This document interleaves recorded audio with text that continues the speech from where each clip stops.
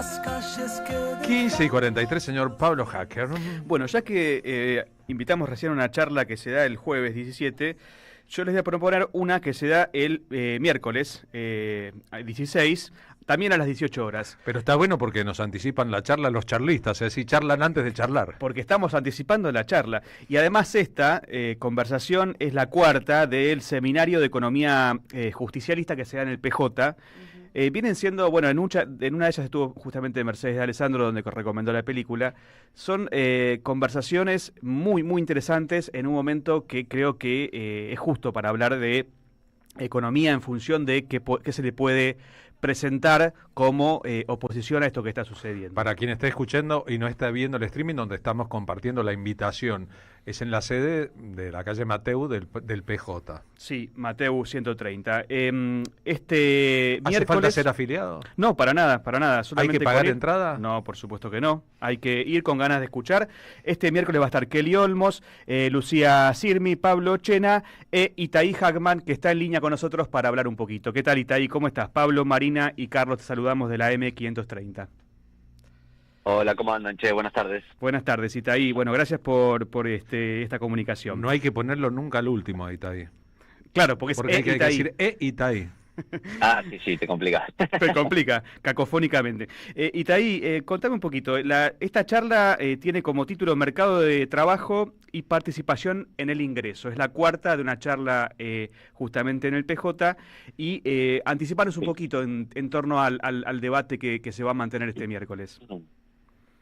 Bueno, es un seminario, ¿no? Que tiene varios encuentros, como ustedes decían, y que tiene como objetivo ser un espacio de formación, ¿no? Para la gente, para la militancia, obviamente, pero también para cualquier persona que tenga ganas de acercarse, independientemente de su filiación política o su participación, donde discutimos distintos tópicos, y este en particular, que es mercado de trabajo y participación en el ingreso, es un tópico importante por dos razones. Primero, porque cuando hablamos de mercado de trabajo, bueno, hoy tenemos en Argentina, estructuralmente, no me refiero solamente a la coyuntura actual del gobierno de Milei, una heterogeneidad del mundo del trabajo que es enorme, ¿no? El mundo del trabajo no es el mismo mundo de hace 80 años atrás, la aparición de nuevas formas de trabajo, los niveles de informalidad laboral, la irrupción de las nuevas tecnologías, bueno, toda una serie de cuestiones que el mercado de trabajo esté mucho más fragmentado, y la concepción misma del trabajo obviamente no es igual que en otras épocas. Y el otro aspecto que tiene con la participación del ingreso, sí es un tema nodal de discusión de los modelos de país, que tiene que ver con cuál es el rol de la distribución del ingreso en un modelo económico, ¿no? Bueno, hoy estamos viviendo un gobierno que básicamente no le asigna ningún rol a la distribución del ingreso. Más bien te diría al revés, es un gobierno que hace loas de la concentración del ingreso, ¿no? Milei habla permanentemente de los ricos como los grandes héroes de la humanidad, ¿no? De los que fugan capitales como héroes. O sea, hay una suerte de endiosamiento de los ricos, ¿no? De los sectores del poder económico, y no hay, obviamente, es más, hay un cuestionamiento a la idea de la distribución del ingreso como un objetivo de política económica, ¿no? Según el gobierno actual, según los libertarios, pretender mejorar la distribución del ingreso, lo que a veces coloquialmente en política llamamos la justicia social, claro, pero que en términos económicos tiene que ver con la distribución del ingreso, desde el punto de vista del gobierno actual es una aberración, y por el contrario, desde el punto de vista justicialista, no sé si es el principal, pero es uno de los principales objetivos de política económica. Está bueno eso. La distribución del ingreso es un aspecto nodal del modelo de país que nosotros defendemos, ¿no? Entonces, bueno, vamos seguramente a intercambiar sobre estos temas. Vos pusiste un concepto en el centro, que es el de héroe.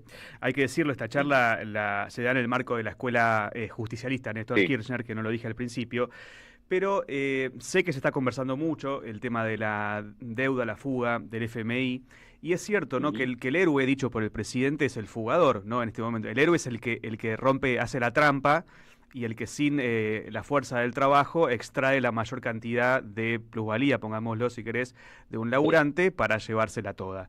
El héroe dentro de lo que es la economía justicialista, la que tiene a la distribución del ingreso, a la justicia social como eje, ¿quién viene a ser, Itaí?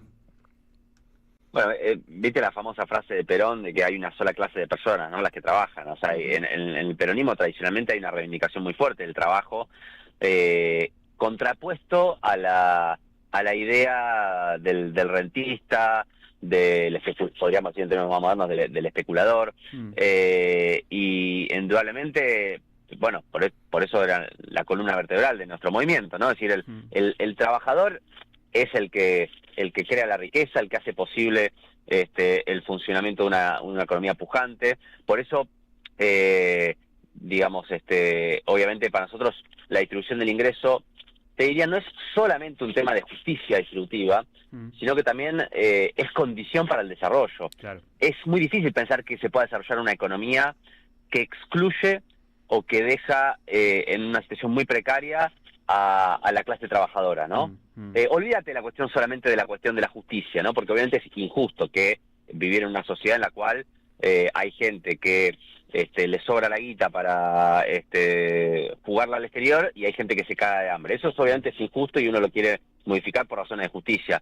Pero aparte de la cuestión de la justicia, ¿es viable un país? ¿Es viable que un país prospere, que progrese, que se desarrolle si tiene una porción importante de su población en una situación de exclusión, si los trabajadores están mal pagos, si no pueden llegar a fin de mes? Entonces, reivindicar un modelo de país que busca la distribución del ingreso es también buscar el desarrollo de un país, buscar el progreso, buscar la prosperidad. Este discurso de Milei de los héroes es muy sintomático de qué intereses defiende el gobierno, ¿no? No, pero además el presidente, y vos sos parte de la denuncia que se hizo en la justicia junto con Juan Grabois, al menos encabezó, hay que no sé cuál es la figura, una estafa piramidal. Entonces digo, la cabeza del Estado muestra ese camino como una posible salida. Entonces claramente va en contra de todo esto que estás comentando. Y fíjate que el tipo en su cabeza, yo estoy convencido de una cosa con este tema de Libra que traes. Yo estoy convencido que Milei, él cree que lo que él hizo está bien. ¿Pero por qué? Porque Milei es un tipo que él tiene una filosofía, que es una filosofía muy particular, ¿no? Que es esta, la que viene de la escuela austríaca de economía, la liberal libertaria, que cree efectivamente en una sociedad sin Estado, ¿no? Claro. Una sociedad sin leyes. Y en esa vamos a decir, distopía, ¿no? Que tiene Milei en su cabeza, lo que él hizo es perfectamente legítimo. Claro. El problema es que en la sociedad en la que él vive, que hay una constitución, que hay leyes, es un delito. Entonces, bueno, claro. Por más que él, entonces, bueno, por eso va a tener, y no solamente en la sociedad argentina, también en Estados Unidos, por eso tiene una causa también en Estados Unidos, es un delito. Y otra en España. Exacto, ¿no? Pero bueno, pero fíjate qué injusta que es esta filosofía. Él dice que los que fugan son héroes, los que evaden los impuestos son héroes. Ahora, cuando hay que discutir, como se discutió esta semana, la moratoria para los jubilados, ¿no? Es decir, que una persona que no tiene los aportes se pueda jubilar. Esa persona no son héroes para Milei. O sea, el empresario que fuga divisas o el empresario que evade impuestos o que tiene en la informalidad a sus trabajadores es un héroe. Pero el trabajador que estuvo en la informalidad laboral y se quiere jubilar no es un héroe, ¿no? Entonces, la doble vara también con la cual mide a quienes evaden los impuestos. Evadir impuestos para Milei es un acto heroico siempre y cuando seas rico, siempre y cuando seas patrón. Si sos un trabajador, no tenés esa condición heroica. Si sos un trabajador, te tenés que quedar sin jubilación. Y te ahí apelando a tu conocimiento y tu capacidad de síntesis. Milei dice ser parte de una escuela de economía austríaca, pero el capo de la escuela económica austríaca dice que Milei es un desastre. Es decir, él parece reportar teóricamente una idea y el dueño de la idea dice, no, en todo caso sería un mal alumno. Tiene una mezcolanza muy importante de elementos que incluyen ahí una parte de judaísmo, un pasado como de cruzado a ciertas tradiciones religiosas, una impunidad de ser y de parecer extraordinaria. El personaje es mucho más complejo que alguien que siguiera una escuela de ultraderecha en lo económico. Pero hay un patrón en común entre todos los elementos que mencionás que tiene que ver con un fuerte dogmatismo, ¿no? Con un fuerte fanatismo dogmático que yo creo que está muy presente y por eso, bueno, por eso también las agresiones, por eso la violencia, ¿no? Porque cuando vos tenés un pensamiento fanático, un pensamiento extremadamente dogmático, obviamente no aceptás ni siquiera la disidencia de los que están muy cerca tuyo, porque fíjate que Milei no solamente agrede o insulta a los que estamos en el campo opuesto, digamos, ¿no? A los que estamos en las antípodas de su pensamiento. Insulta, agrede permanentemente a los que están a 1 centímetro de Bueno, de le dijo traidora a su vicepresidenta. Claro, bueno, y discute, y Cavallo, y todos los economistas que son ultraliberales. Bueno, entonces, estamos frente a un personaje extremadamente dogmático, extremadamente fundamentalista. Él es un fundamentalista del mercado,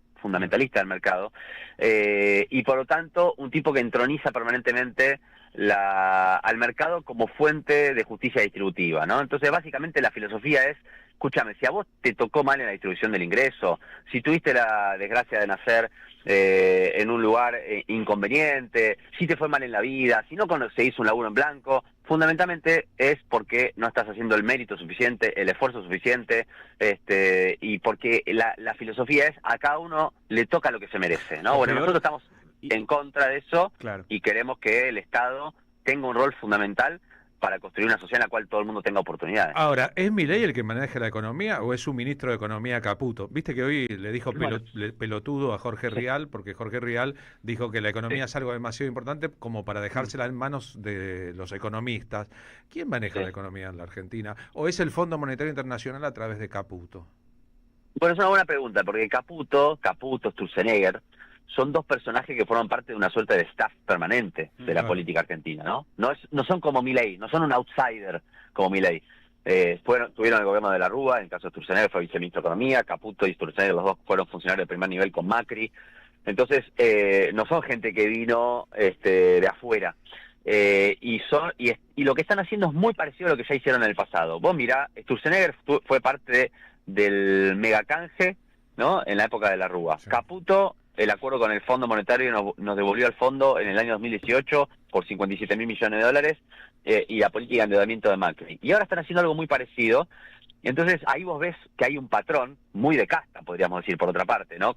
Una de las grandes contradicciones que tiene el gobierno, donde lo que está haciendo el gobierno de Milei en términos económicos es, por enésima vez, intentar imponer un modelo de acumulación sobre la base de la renta financiera, de apertura a la economía, de precarización laboral o flexibilización laboral. Sí, una receta de dólar barato que durante un tiempo funciona para bajar la inflación y que la gente se pueda ir barato de vacaciones afuera. Es decir, lo que estamos viendo hoy es algo que vimos en la Argentina por lo menos muchas veces en las últimas décadas. Sin lugar a dudas, un concepto tuyo sobre el rentismo, los que viven de rentas, que parece un oficio noble cuando en realidad se trata de una especulación y en todo caso de una tarea que no tiene que ver con aquello que Perón definía como existen los que trabajan y los que no trabajan.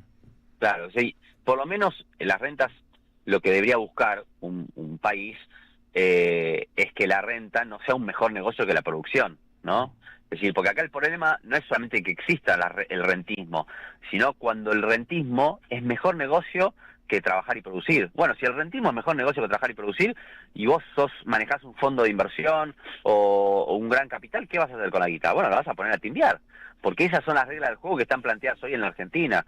Entonces me parece que lo que siempre tiene que buscar un gobierno, un Estado, que quiere orientar el desarrollo económico, que quiere defender un modelo de producción y de laburo, bueno, es que la producción y el trabajo sea mejor negocio que poner la guita en la renta financiera o en otro tipo de rentas. Bueno, no es lo que está pasando hoy en la Argentina. En general estos modelos, además de ser injustos, tienden a ser explosivos, y eso es lo que más bronca uno le da, porque generalmente terminan mal, ¿no? Después de unos años de bonanza, que a veces pueden ser más largos, más cortos, termina estallando por sus propias inconsistencias, y lamentablemente los que terminan pagando las fiestas son los laburantes, los patos de la boda son los laburantes, los sectores de los de abajo, ¿no? Los sectores populares. Y nos pasó en los 90, nos pasó en el 2000, estamos viendo nuevamente esta misma historia. Bueno, entonces el miércoles te vemos y te ahí junto a Kelly Olmos, a Lucía Sirmi, a Pablo Chena, modera Lucila Martínez Peliza, es en Mateus 130 a las 18 horas, es el